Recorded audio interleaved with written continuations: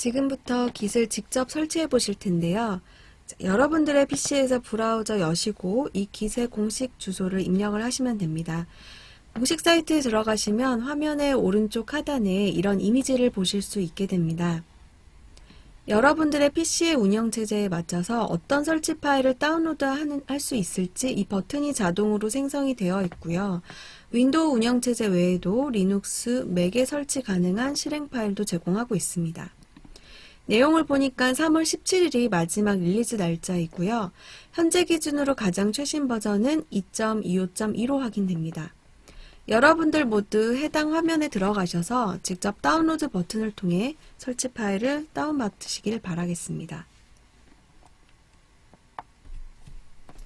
이번 강의 실습에서의 깃 설치는 모두 디폴트 옵션을 그대로 유지해서 설치하도록 하겠습니다. 설치 파일 모두 다 다운로드 받으셨죠? 실행을 해보시면 가장 첫 번째 화면으로 GNU 라이센스와 관련된 정보가 나옵니다. 내용 확인하시고 넥스트 누르시면 됩니다. 다음은 그 깃을 어디에 설치할 것인지를 지정하는 부분이고요. 여러분들이 원하시는 폴더를 선택하신 다음에 넥스트를 누르시면 됩니다. 다음은 어떠한 컴포넌트들을 설치할지를 설정하는 화면인데요. 저는 기본값 그대로 유지하고 바로 넥스트 누르도록 하겠습니다. 다음은 시작 메뉴에 해당 메뉴를 추가할 것인지를 설정하는 화면입니다. 원하시지 않으시면 이 하단에 체크박스 선택하시고 넥스트 누르시면 됩니다. 다음은 깃에서 사용하는 기본 에디터를 설정하는 화면입니다. 저는 그대로 빔 그대로 유지하고 넥스트 누르도록 하겠습니다.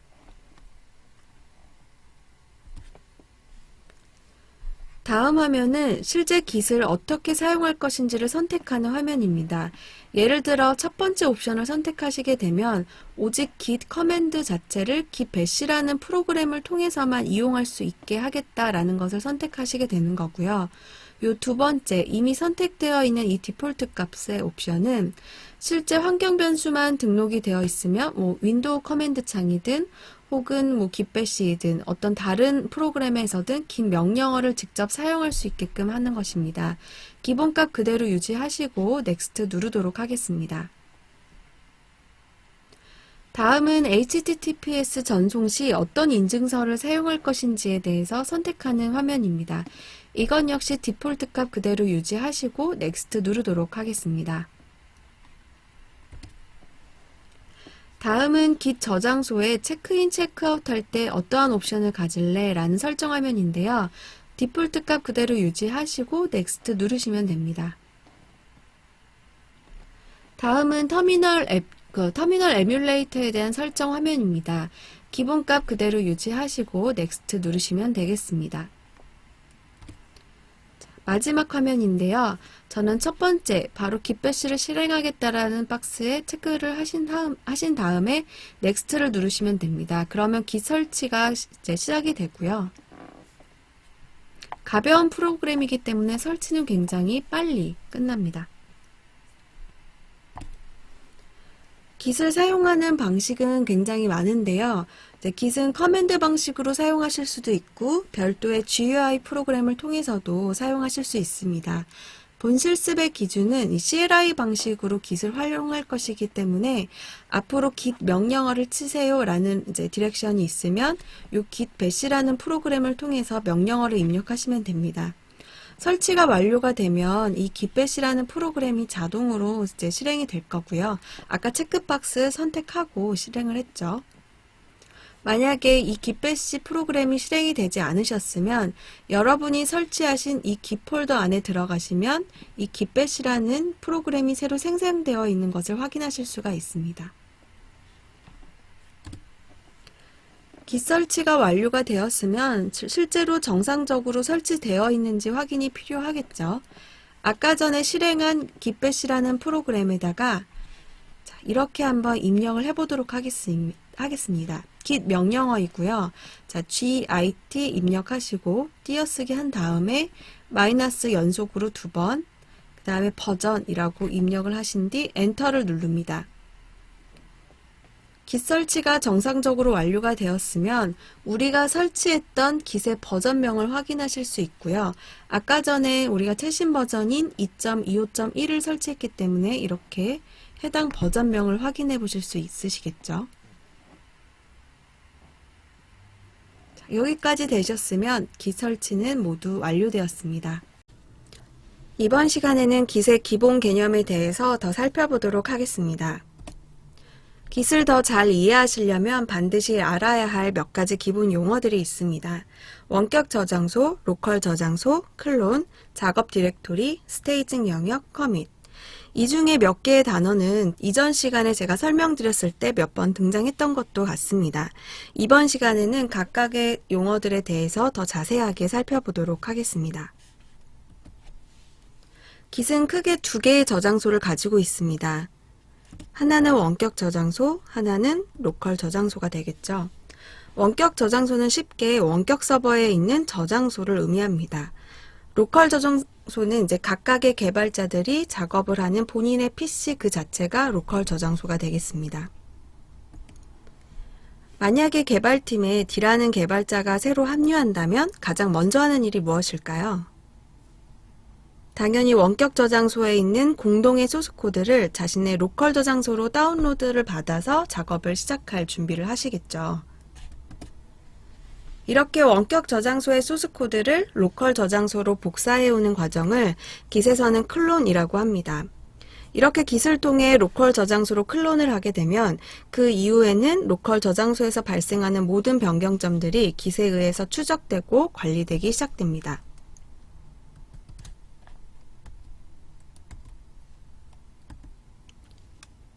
깃에 있는 로컬 저장소는 다시 3개의 영역으로 나누게 되는데요. 이게 물리적인 영역으로 나누어지는 건 아니고 그냥 논리적인 영역으로 구분된다라고 이해하시면 됩니다. 하나는 작업 디렉토리가 되고요. 다른 하나는 스테이징 영역, 그리고 로컬 저장소 이렇게 3가지 영역으로 나뉘어져 있습니다. 이 중에 작업 디렉토리는 PC에서 현재 작업 중에 있는 디렉토리입니다. 이따가 실습을 통해서 확인을 해보시겠지만 우리가 git bash 프로그램을 통해서 커맨드 라인을 칠 때 해당 작업을 하는 그 공간 그 자체가 작업 디렉토리라고 이해하시면 되겠습니다. git에서 관리는 하는 곳이긴 하지만 실제 추적은 하지 않습니다. 이 부분도 뒤에 실습을 통해서 조금 더 상세하게 이해를 해보실 수 있도록 하겠습니다. 다음은 스테이징 영역입니다. 우리가 워킹 디렉토리에서 어느 정도 의미 있는 작업을 완료한 뒤에는 이 작업한 내용을 스테이징 영역으로 임시로 저장할 수가 있습니다. 이 영역은 깃에 의해 변경점이 추적 관리되는 영역이고요. 다시 말해서 커밋을 준비하는 영역이기도 합니다.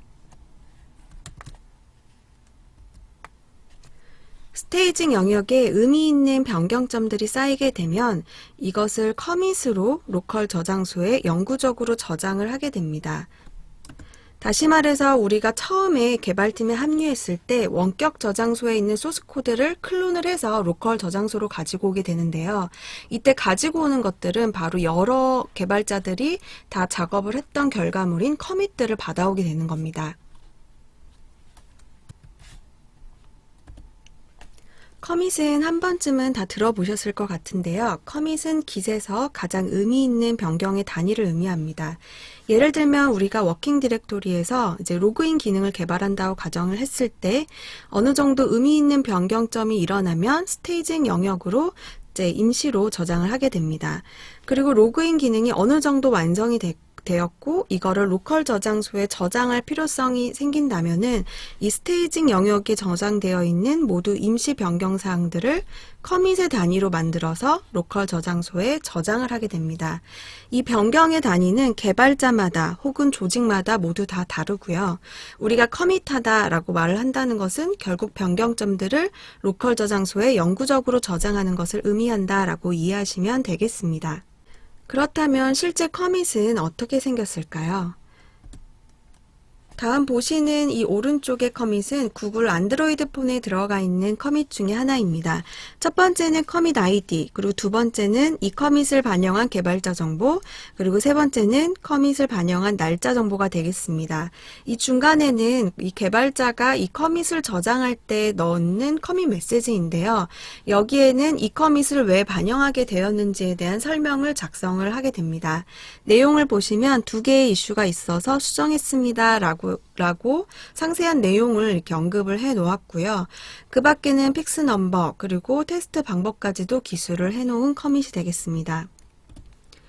또 다른 커밋을 보시면 똑같이 커밋의 고유 아이디, 개발자 정보, 커밋을 반영한 날짜 정보까지 나와 있고요. 이 중간에 커밋 메시지를 보시면 앞서 보신 커밋에 비해서는 좀 간단하죠. 자, 이런 커밋 메시지는 사실 개발자마다 모두 서로 다른 스타일을 갖고 있습니다. 그렇기 때문에 커밋의 단위나 혹은 커밋 메시지를 작성하는 폼은 사실 개발자나 혹은 조직마다 정책에 따라서 모두 다 다릅니다. 자, 하나의 완성된 소프트웨어가 만들어지기까지 얼마나 많은 커밋들이 필요한지 한번 보도록 하겠습니다. 지금 보시는 페이지는 텐서플로우의 GitHub 페이지입니다. 텐서플로우는 구글에서 오픈소스로 제공하는 딥러닝 라이브러리 있죠. 자, 여기 보시면 8만 개가 넘는 커밋들이 모여서 현재 텐서플로우라는 소프트웨어가 만들어졌습니다.